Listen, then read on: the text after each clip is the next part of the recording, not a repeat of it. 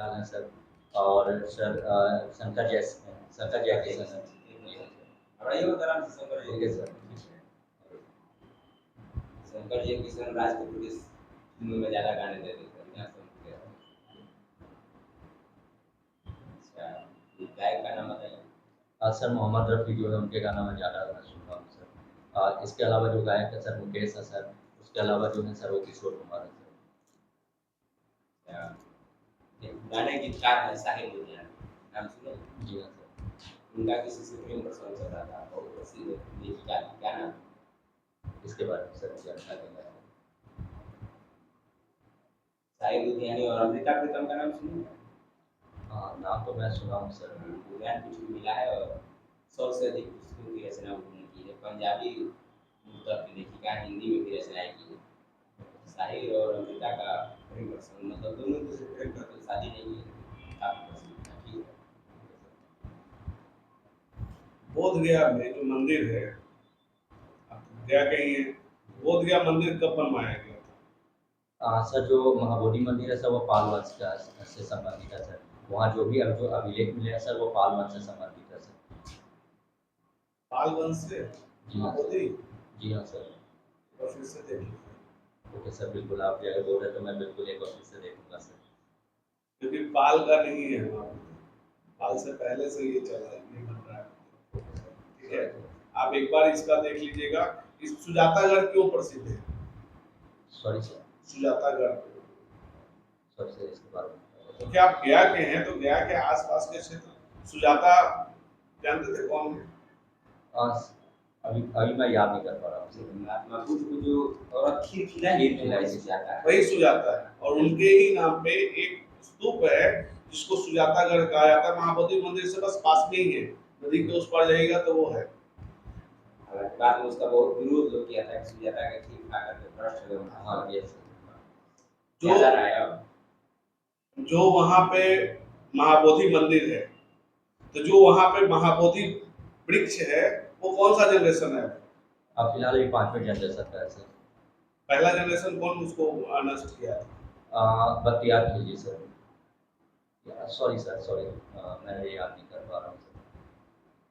आप हड़बड़ा के मत बोलिए, एकदम नहीं, घबराइए मत, नहीं, क्योंकि देखिए आप गया के हैं, क्वेश्चन जी हाँ। आपका गया से पूछा जाएगा। जी हाँ। आप इंटरव्यू देते होंगे तो आपको ये पता होगा कि आपको गया से क्वेश्चन, क्योंकि गया, देखिए गया हम लोग ना गया बोलते हैं, बाहर के लोग गया जी बोलते जी हैं। हाँ सर।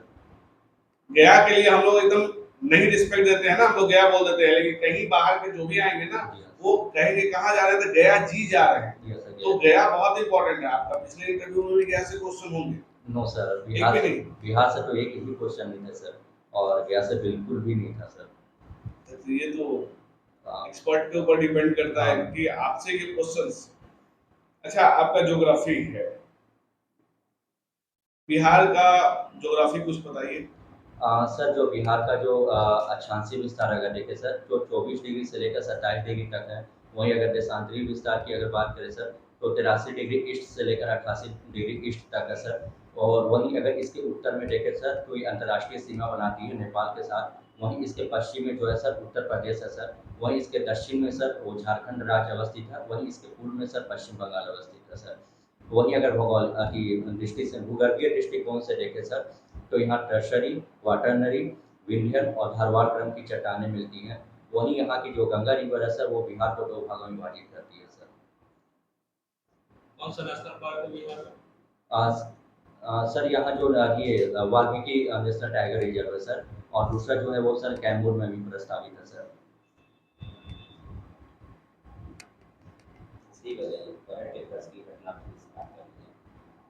अभी मालदीव और भारत के रिश्तों की चर्चा हो रही है, क्यों हो रही है? सर अभी मालदीव के जो नए राष्ट्रपति जो बने हैं सर मोदी, उनका जो है चीन की ओर ज़्यादा झुकाव है सर। इसलिए अभी ये जो है ज़्यादा चर्चा में अभी आया हुआ है सर। और प्रोग्रेसिव पार्टी के हैं भारत विरोधी, भारत, यस सर। और इंडिया फर्स्ट की जो नीति थी उसको हटाने की बात है। जी हाँ सर। तो चाइना की तरफ उनका झुकाव है, इसलिए मालदीव वाला चर्चा का विषय है। क्या प्लेट्स के बारे में कुछ बताइए।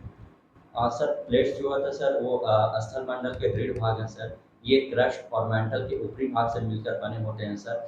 अमेरिकी जो विद्वान हैं उनके अनुसार देखें तो जो 7 सबसे बड़े प्लेट है सर, प्लेटों के जो संचलन के कारण है सर, वर्तमान समय में भूकंप और ज्वालामुखी और वहीं पर्वत निर्माण को वैज्ञानिक जो व्याख्या किया जा सकता है सर। जो गति के संचलन के आधार पे सर प्लेट जो होते हैं वो 3 प्रकार के होते हैं। पहला अभिसारी, दूसरा अपसारी और तीसरा जो होता है संचारी प्लेट होते हैं सर। ज्योग्राफी के फादर क्यों बोला है? ये हेकेटियस को बोला जाता है सर। ये बताइए, नोबेल पुरस्कार मिला है, शांति का नोबेल पुरस्कार किसको मिला है? सर ईरान की है सर, और वो नासिर मोहम्मदी को मिला है सर। नासिर के नाम क्या है? ये सर नासिर मोहम्मदी है नासिर सर। या नरगिस जो भी एक बात है, तो मिला है। सर ये जो ईरान में है सर, ये लोकतंत्र की बहाली को लेकर काफ़ी ये पुरजोर समर्थक रही है सर। और यस सर, यस सर। और फिलहाल अभी जेल में बंद है सर, और इनके हौसलों को देखते हुए सर इनको शांति का नोबेल पुरस्कार मिला है सर। पुरस्कार की शुरुआत कैसे हुई? सर फिलहाल तो इस बारे में थोड़ी जानकारी नहीं है सर। डायनामाइट का आविष्कारक कौन? अल्फ्रेड नोबेल ने था सर। उन्हीं के नाम पर नोबेल पुरस्कार जी मिला। सर। जान लीजिए क्या हुआ कि डायनामाइट बनाया, उनको लगा कि हम विस्फोटक सामग्री बना ले दुनिया की सारी हो सके, तो उनको उनके पश्चाताप होने लगा। तो क्या किए कि अपने सारी संपत्ति कहे कि भाई अपने कल्याण में लगाएंगे, इसीलिए उनकी संपत्ति का जो इंटरेस्ट आता है उसी से हर साल नोबेल पुरस्कार दिया जाता है। उनकी संपत्ति जो है तो बरकरार है और उसी इंटरेस्ट से हर क्षेत्र में नोबेल पुरस्कार दिया जाता है। G20 सम्मेलन हुआ, उसमें भारत मंडपम आप देखे होंगे, जी हाँ सर। उसमें क्या क्या है भारत मंडपम में? किस किस स्टेट का रिप्रेजेंटेशन वहाँ पे? किस स्टेट का, इसके बारे में तो जानकारी नहीं है सर। ये बहुत फेमस फोटोग्राफ्स है, सारे डेलीगेट्स वहीं जाकर फोटो खिंचवा रहे थे। जी हाँ सर। आप देखे होंगे कि सारे जितने भी राष्ट्राध्यक्ष आ रहे हैं, मोदी जी वहीं आके वेलकम कर रहे थे भारत मंडपम में।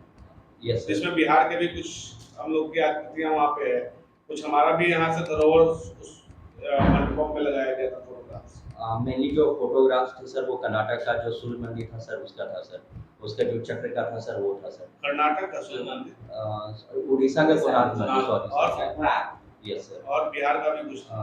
बिहार के बारे में तो जानकारी नहीं है सर। आप बिहार का इंटरव्यू देने आ रहे हैं, अपना थोड़ा सा नालंदा देख लीजिए। नालंदा था। अब जैसे फोटो देखेंगे ना आपको नालंदा खंडहर दिख जाएगा। Yes, sir। मेनली जो मैं फोटो देखा था सर वो उड़ीसा कोणार्क नहीं, दोनों था। आप अगर जाकर देखेंगे बिल्कुल सर।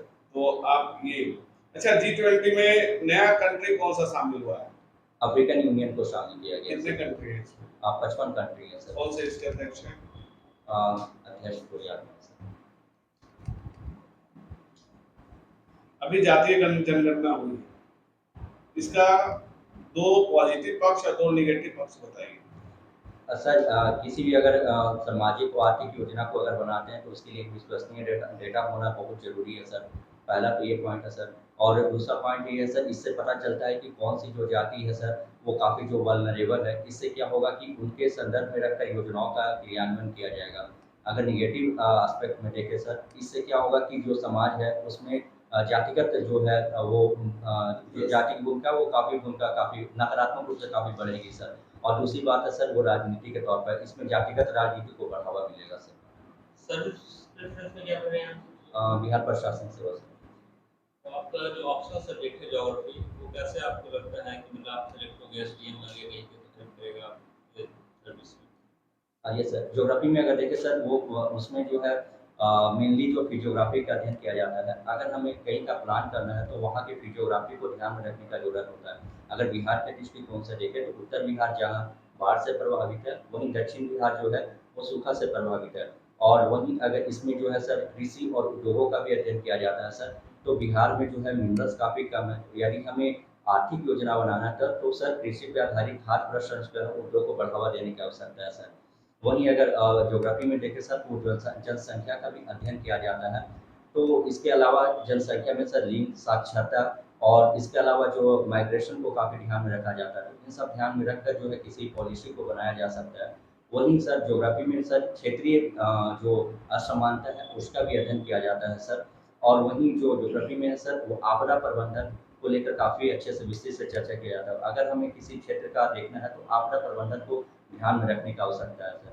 और सबसे जो जरूरी है सर वो संधारणीय विकास है सर। वर्तमान समय बिहार सरकार, भारत सरकार और पूरी विश्व भी संधारणीय विकास को लेकर काफ़ी जोर दे रही है सर। तो इस तरह से ज्योग्राफी जो है वो प्रशासन में भूमिका काफ़ी अच्छे से निभा सकता है सर।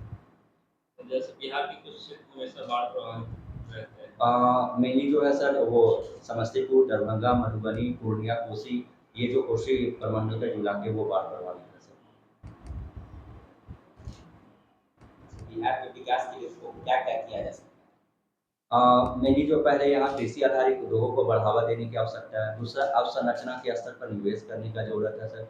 तीसरा जो है सर, यहाँ जो स्वास्थ्य संरचना है, खासकर स्वास्थ्य, शिक्षा जैसे मूल्यों पर ध्यान देने की आवश्यकता है, जिससे एचडीआई में काफ़ी अच्छा परफॉर्मेंस हो सके।